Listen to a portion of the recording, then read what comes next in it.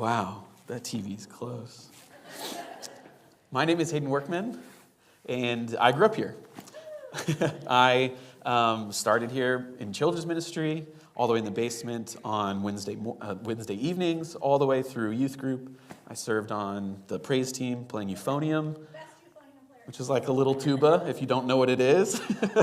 It is not often used in a lot of spaces, and definitely not praise teams, but I felt lucky to be able to play here. And then I went off to JMU for college, and I would spend my summers here helping with the student ministry. And then eventually my first internship was here with Miss Elise, who she would want me to say Elise and not Miss Elise. And I grew up just across on the other side of 50, went to Falls Church High School. Now I live in Richmond with my wife. We've been there almost a decade, where I spent the first 7 years of that time working as a youth pastor in a small, growing church. And now I don't do that anymore, so I'm a little out of practice being on stage, so bear with me. But I'm really honored to be here. It feels very full circle for me. When I was 19, I had a dream that I was preaching on this stage. It looked a little different because this hadn't been done yet. And after that dream, I was like, is full-time ministry something God has for me? I don't know if it meant anything at the time. Still don't know if it means anything, but I ended up choosing to do that for a while. And so now to be here on this stage feels very special. So I have two goals this morning. One, to talk about prayer, and two, to get out of here fast because it's cold. So I'm going to try to not rush, but move along. But before we go much further, I just want to kind of just explain what I mean when I'm saying the word prayer. I'm just kind of talking about 5-10 minutes every day where you're just talking with God, very simply conversing with God. Maybe you're expressing gratitude to God. It's just sitting quiet and listening to the Spirit and what God has for you, what he wants to say, or just asking him things, petitioning him. And I didn't choose prayer because I'm a super expert on it or I'm some prayer guru. In fact, I haven't really prayed in the way that I'm going to be talking about this morning in like a year.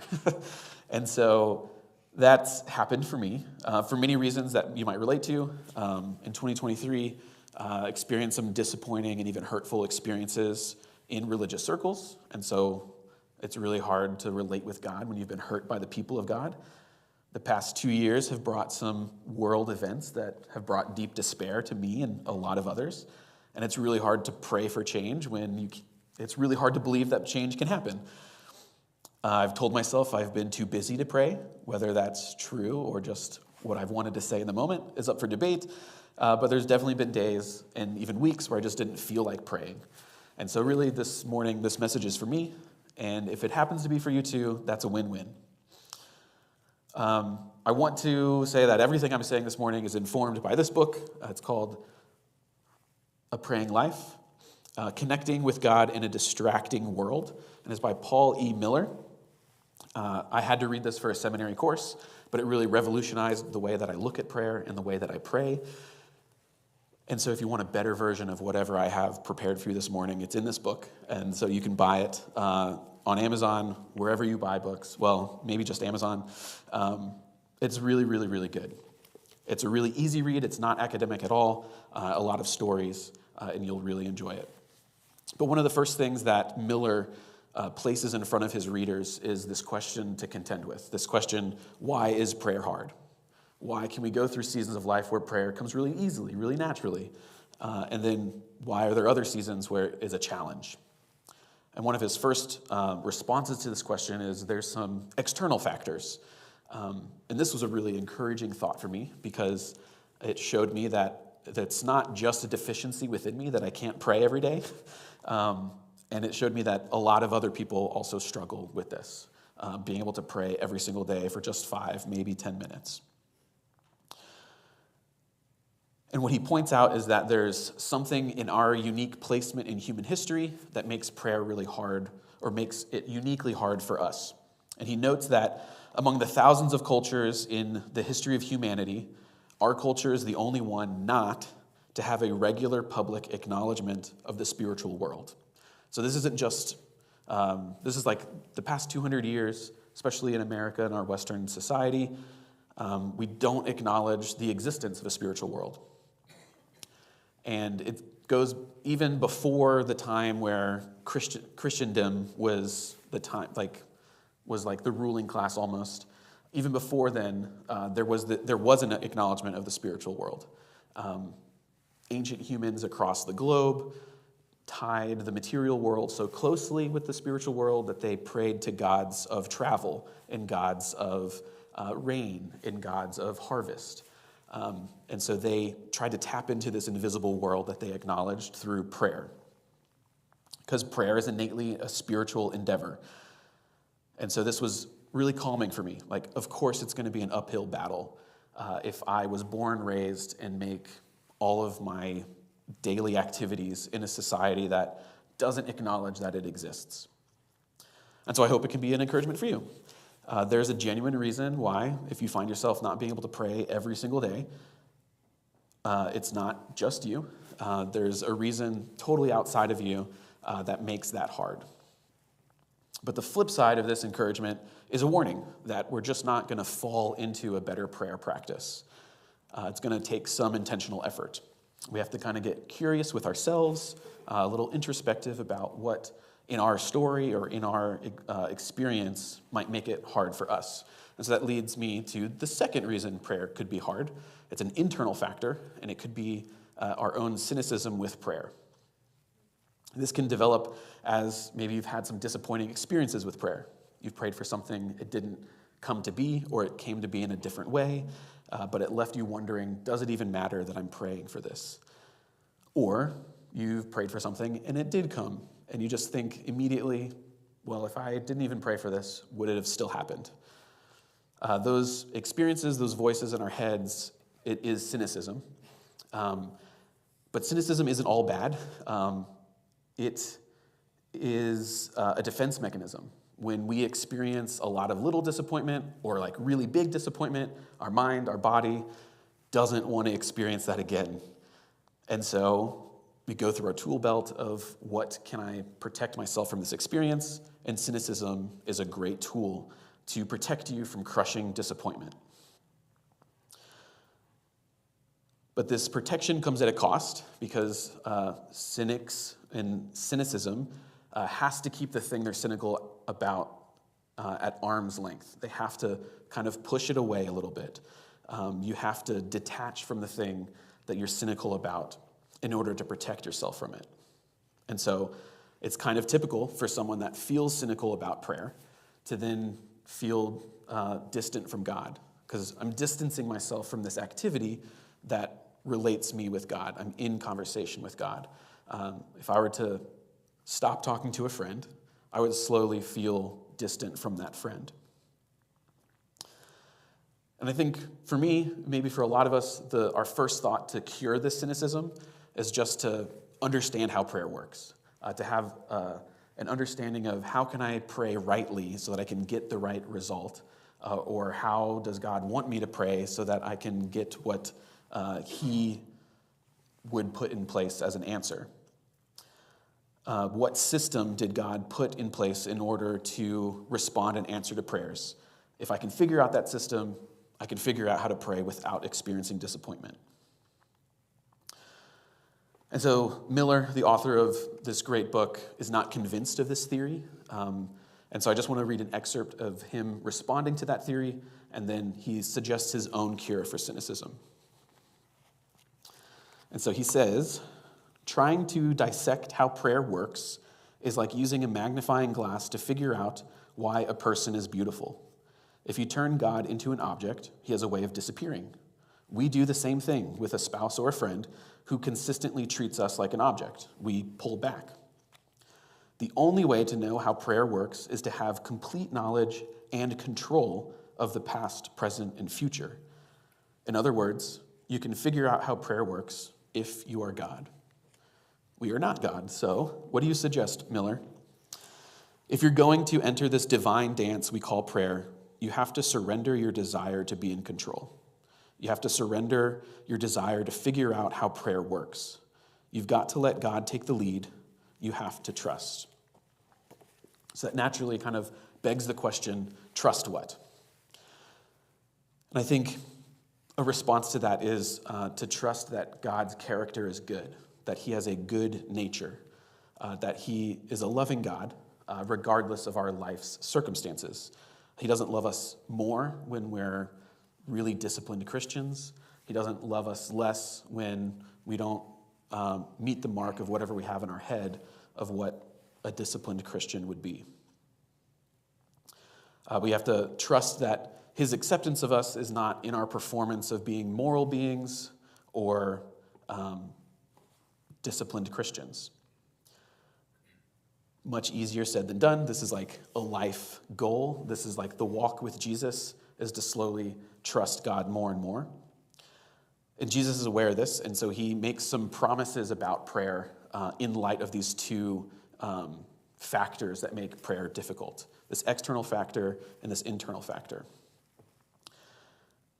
And so what I'm going to do is read these promises Jesus has. It's like 8 verses in a row. They're not long, but strap in.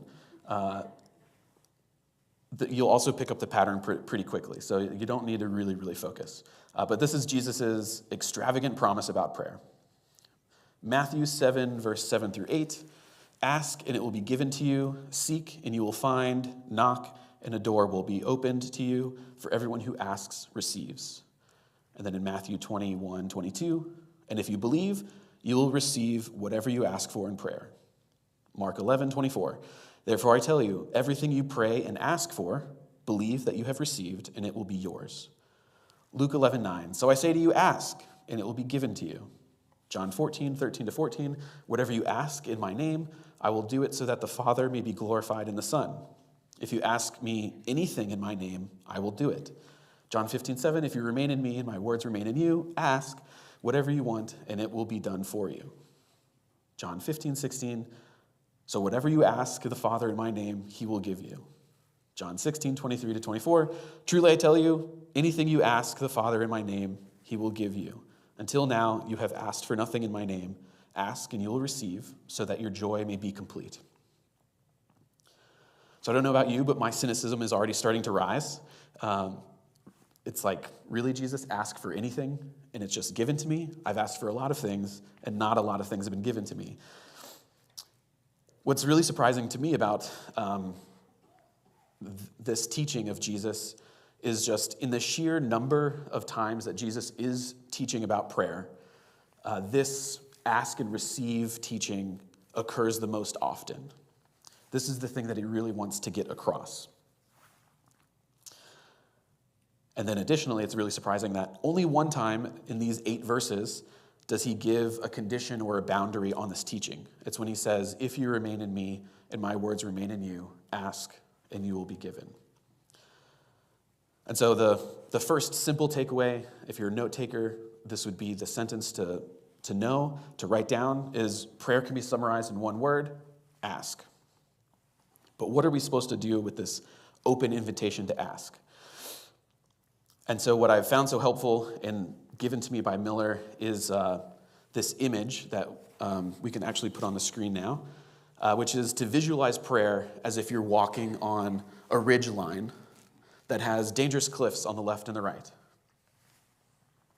And so he builds these danger cliffs on some verses in James, and then he brings the antidote to these dangers through Jesus' prayer in Gethsemane. So the first danger on the left side that falls you off of this ridgeline of good asking, or as we now know, prayer summarized as ask. So good prayer is to not ask. You can fall off this cliff by not asking. And this comes from James 4, verse 2. You do not have because you do not ask God. You're not asking. You're not engaging in conversation with God. You're not relating with God. And so the natural consequence is going to be right below it, a separateness from God, a feeling of being separated from God. We can kind of visualize that with this kind of over bird's eye view line or wall between God and me. And Miller suggests that an antidote to this danger, the way to build up a guardrail on this cliff, is not just to ask, but to ask boldly. And he pulls this from Jesus' prayer in Gethsemane, which is Jesus' prayer right before he gets arrested to then be put on trial and then crucified. So this is a very raw, emotional moment for Jesus, and this is what he prays. He starts by saying, Abba, Father, all things are possible for you. Take this cup away from me. And so the image of cup in this prayer is judgment. And so Jesus is asking for God to take away the judgment that's about to come to him, the death that he's about to die, which is really surprising. Like, Jesus is the willing sacrifice to bring humanity back into the fold of God. And we sometimes too quickly brush past the moment that Jesus asks for that to happen in a different way than his own death. He brings this doubt, this raw emotion to God. If there's another way for this to happen without my death, let that happen. He asks boldly, almost like for us being on the receiving end of his sacrifice. It's scary how bold this prayer is.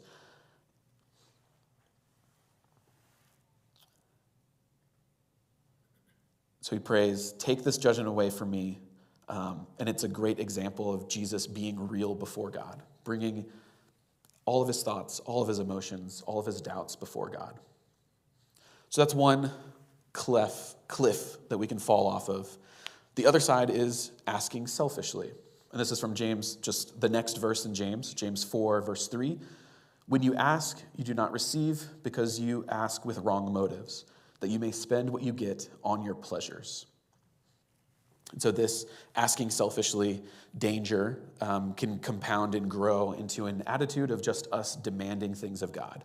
We can kind of visualize this with the word me on top of the word God and an arrow pointed down as if we're sending out God to do our bidding.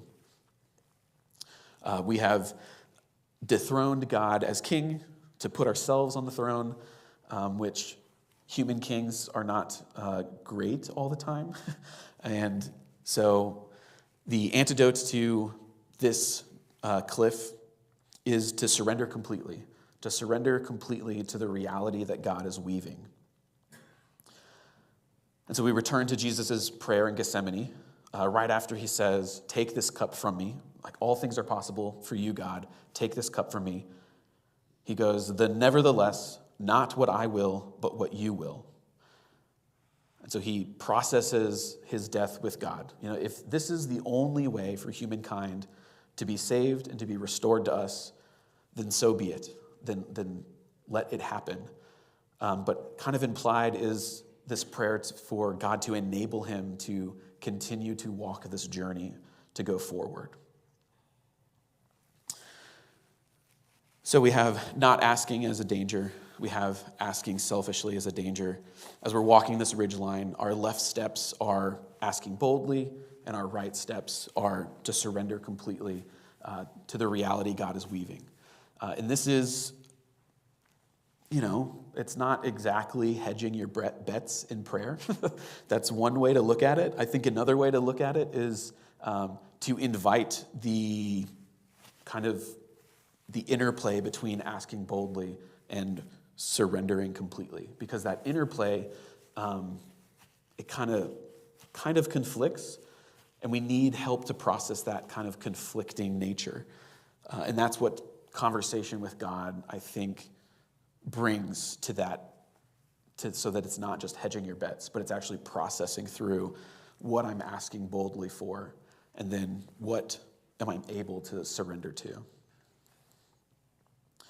But what is really interesting about these dangers on the left and the right is that Jesus, in his teachings on prayer, more often teaches about asking boldly as opposed to surrendering completely. And why is that? Why would Jesus beat the drum of asking boldly instead of just having a perfectly balanced walk down the ridgeline? And I think his response to that question would be, I just want to get you in the game of prayer. I want to close the relational distance that can be created by not asking and just get you in relationship with me. If you're asking selfishly, at least we're in relationship and we can work out that selfishness. We can work out that attitude of demanding in relationship together. So I hope this image can be helpful. We'll leave it up for now. And it just brings us to, where does that leave us today? I think it's to just get in the game of prayer, to just pray for 5 minutes every other day, work up to every day, to express gratitude, to listen to what the Spirit is saying, but to just ask boldly, to live into the pattern that Jesus' teachings on prayer was, to ask. And in that, find how we are maturing into the ability to surrender completely to the reality God is weaving. And so my one piece of advice to you while you try this is to just come messy to God, to bring your overwhelmed feelings, to bring your cynicism about prayer into your prayers with God, to just acknowledge and discuss, like, I have wandering thoughts in the midst of this prayer with you, God. Help me. So whether you're coming really energized and excited to start praying, or you're coming weary, just bring that mess. And so I'm just going to end by reading a verse that is very, very familiar, but I'm going to read it in the Message translation. It's a paraphrase that Eugene Peterson created, so it has a lot of modernized words, and hopefully maybe the verse will land in a different way for you. So I'm going to read that. I invite you to just listen, close your eyes, and visualize the words, and then I'll pray, and then we'll be on our way. So this is Matthew 11, verse 28 through 30. These are Jesus' words to you.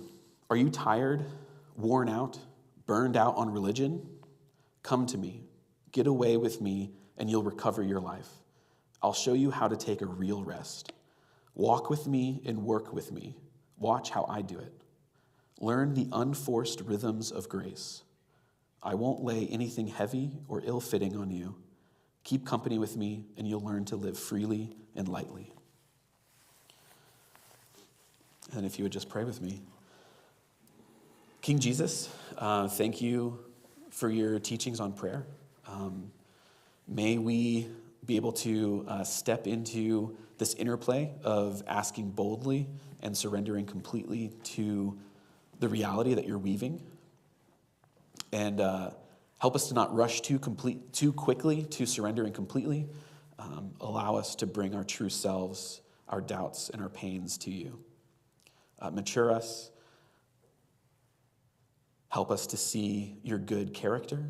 Help us to know that you are for us and not against us. And encourage us as we step into trying to intentionally change our prayer practice. So it's in Jesus' name that we pray. Amen.